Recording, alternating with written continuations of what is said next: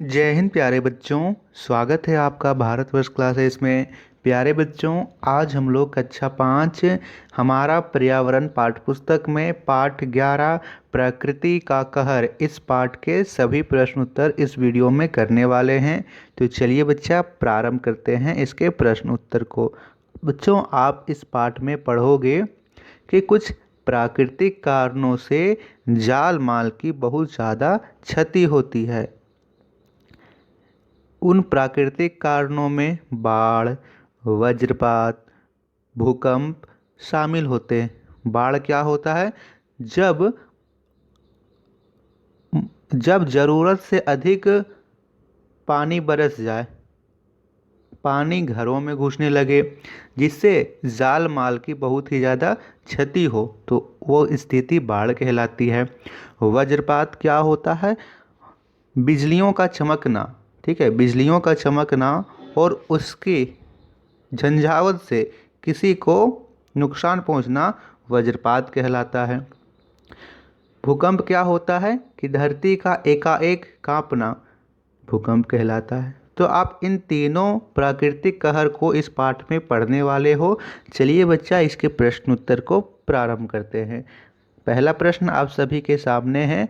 प्रश्न कहता है, क्या तुमने या तुम्हारे किसी जानने वाले ने कभी ऐसी मुसीबत का सामना किया है? ये आपको बतलाना है। तो यहाँ लिखिएगा हाँ, ठीक है। जैसे कि आप समाचार पत्र में भी देखते हो कि कई दिन भूकंप की यहाँ पे दुर्घटना हो गई है। बहुत ज़्यादा जान माल की क्षति हुई, बहुत ज़्यादा लोग घायल हो गए हैं, कई घर टूट गए हैं। तो ये चीज़ें, ये खबर आप सुनते भी हो और पढ़ते भी हो। ऐसे समय में किन लोगों ने मदद की? क्वेश्चन मार्क, उनकी सूची बनाओ। तो यहाँ पे लिखिएगा आसपास के सभी लोगों ने मदद की। आसपास के लोगों में सभी उन घायलों की, पीड़ितों की सहायता की होगी। चलिए इसके बाद आगे के प्रश्नों को करते हैं। आगे का प्रश्न दिया हुआ है, हैसला बेड़ा विद्यालय में बाहर के बहुत सारे लोग आए, ये कौन लोग होंगे? तो यहाँ पे हैसला बेड़ा विद्यालय में यहाँ पे दी गई है घटना कि यहाँ पे हैसला बेड़ा विद्यालय में वज्रपात हो गया था। वज्रपात घटने के बाद बहुत बच्चे घायल हो गए थे, तो बहुत ज़्यादा यहाँ पे भीड़ हो गई। तो उन भीड़ में कौन कौन से लोग आए होंगे? तो यहाँ लिखिएगा, यह प्रेस वाले, सहायक कर्मी, डॉक्टर आदि होंगे। प्रेस वाले आए होंगे कि घटना कितनी घटी है ये देखने के लिए। सहायक कर्मी, बहुत सारे सहायक कर्मी आए होंगे उन पीड़ितों को, घायलों को निकालने के लिए। डॉक्टर आए होंगे इलाज के लिए। इन लोगों ने किस प्रकार की मदद की होगी? तो यहाँ लिखिएगा, इन लोगों ने घायलों और पीड़ितों की मदद की होगी। उनका इलाज कराने, आर्थिक मदद की सहायता भी की होगी। विद्यालय भवन की मरम्मत किसने की होगी? तो यहाँ लिखिएगा, विद्यालय भवन की मरम्मत सरकारी कर्मचारियों ने करवाई होगी या की होगी। ठीक है, यहाँ पे ये चीज़ आपको लिख देना है बच्चों। अगला प्रश्न करते हैं। तो अगला प्रश्न यहाँ दिया गया है, सोचो अगर तुम्हारे घर में वज्रपात हो जाए तो तुम्हारे घर में किस तरह का नुकसान हो सकता है? तो यहाँ पे लिखिए बच्चों, वज्रपात होने से बहुत जान माल की हानि होती है, बहुत ही ज़्यादा जान माल की हानि होती है, ये आपको लिखना है। चलिए फिर आगे के प्रश्नों को करते हैं। तो अगला प्रश्न दे रखा है, लिखो अपने घर की तुलना विद्यालय भवन से करो। दोनों घरों को बनाने के लिए इस्तेमाल की गई चीज़ों की सूची बनाओ। तो यहाँ पे आपको लिखना है अपना घर बनाने में इस्तेमाल हुए, जैसे छड़, सीमेंट, गिट्टी, बालू और ईंट। तो ये सभी सामग्री हमें घर बनाने में ज़रूरत पड़ेगी। विद्यालय भवन भी बनाने में यही चीज़ों की ज़रूरत पड़ेगी, जैसे छड़, सीमेंट, गिट्टी, बालू, ईंट। यहाँ एक और लिख सकते हो, तड़ित चालक।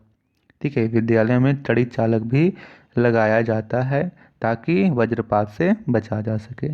ये चीज़ें आपको लिख देनी है। चलिए इसके बाद अगले पृष्ठ को आप लोग पलटाइए। अगले पृष्ठ में आपको पढ़ना है कि वज्रपात होने पर हमें क्या क्या करना चाहिए और क्या क्या नहीं करनी चाहिए। तो बच्चों आपके सामने अगला प्रश्न में यहाँ पे प्रश्न दिया गया है। उससे पहले आपको यहाँ पर समाचार पत्रों से कुछ रिपोर्ट पढ़नी है, ठीक है, जिसमें से यहाँ पे दिया गया है क्रिकेट खेलने के दौरान वज्रपात से 2 बच्चों की मौत। अब इसी से प्रश्न है, अगर वज्रपात से बचाव के तरीके अपनाए गए होते तो क्या समाचार पत्र में छपे हुए नुकसान में कोई अंतर होता? तो बिल्कुल अंतर होता, क्योंकि यहाँ पे आपको बहुत सारे यहाँ पे बता दिए गए हैं कि हमें किस प्रकार बचाव करना है, ठीक है। जैसे आप यहाँ पे पढ़ोगे तो आपको बता दिया गया है कि बिजली की चमक और गड़गड़ाहट होने पर ऊंचे और एकल बड़े पेड़ों के नीचे ना जाएं, ऐसे दिया गया है। जंगल में है तो छोटे पेड़ के नीचे छिपें, एक साथ कई व्यक्ति ना रहें, ठीक है। गीले खेतों में ना रहें, सूखे स्थानों में चल जाएं। आपको धातु से उपकरण नहीं छूना है, ज़मीन पर नहीं लेटना है, सवारी नहीं करनी है, कपड़ा सूखने के लिए लोहे का तार प्रयोग नहीं करना है, ठीक है। उसके बाद आपको ये सारी चीज़ें आपको बतला दी गई है। यदि आप इन चीज़ों से पहले ही सावधान रहें, इन चीज़ों का यहाँ पे प्रयोग ना करें तो क्या होगा, हमें इससे कभी भी नुकसान नहीं होगा। तो यहाँ लिखेंगे हाँ, क्या अंतर होता, उसमें इतनी मृत्यु की खबर नहीं होती क्योंकि सभी लोग सावधान रहते हैं। जिसमें यहाँ दिया गया है कि इसाक हेमरोम की मृत्यु हो गई, तो वो लोग क्या कर रहे थे, यहाँ क्रिकेट खेल रहे थे वज्रपात के दौरान। यहाँ पे पहले ही यहाँ बता दिया गया है कि कि बिजली की चमक और गड़गड़ाहट पर ऊंचे और एकल पेड़ों के नीचे ना जाएं, तो ये लोग नहीं जाते, तो ऐसी दुर्घटना नहीं घटती। ऐसी घटना तुम्हारे आसपास घटने पर किस किस तरह की राहत की ज़रूरत पड़ सकती है? तो यहाँ लिखिएगा, ऐसी घटना घटने पर हमें प्राथमिक उपचार डॉक्टर की आवश्यकता पड़ सकती है। अगला प्रश्न है, ऐसे में किन किन लोगों की ज़रूरत पड़ती होगी और किस काम के लिए? नीचे दी गई तालिका में लिखो कि किन किन लोगों की ज़रूरत पड़ेगी और किन कामों में मदद हो सकती है। जैसे यहाँ पे डॉक्टर क्या करेंगे, चिकित्सा करेंगे, इलाज करेंगे। फिर यहाँ पे ग्रामीण क्या करेंगे, पीड़ितों की सहायता करेंगे, जो भी घायल हो गए हैं, पीड़ित हो गए, उनकी सहायता करेंगे।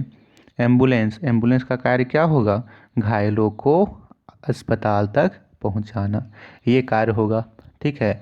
फिर प्रशासन यहाँ भी लिख सकते हो कि घायलों को उचित चिकित्सा उपलब्ध कराना, मुआवजा प्रदान करना, ठीक है। ये सारी चीज़ें यहाँ पे लिख दोगे आप लोग। चलिए बच्चा, अब आगे के प्रश्नों को करते हैं। वीडियो पसंद आ रही है तो वीडियो को लाइक कीजिएगा। जितने भी बच्चे भारत बस क्लासेस पर पहली बार आए हैं सब्सक्राइब ज़रूर कीजिएगा। नेक्स्ट क्वेश्चन को करते हैं।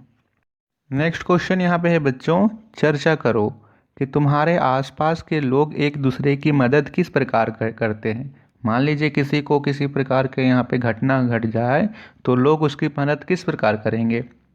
तो यहाँ पे लिखेंगे, सभी लोग मिलकर एक दूसरे की मदद करते हैं, ठीक है। चाहे वो घायलों की सहायता करना हो, उन्हें खाना पहुँचाना हो, राहत के कार्य करना हो, उसे आश्रय प्रदान करना हो, ठीक है, उन्हें हिम्मत देना हो, ढाढ़स बांधना हो, ये सभी काम आस पड़ोस के लोग ही करते हैं।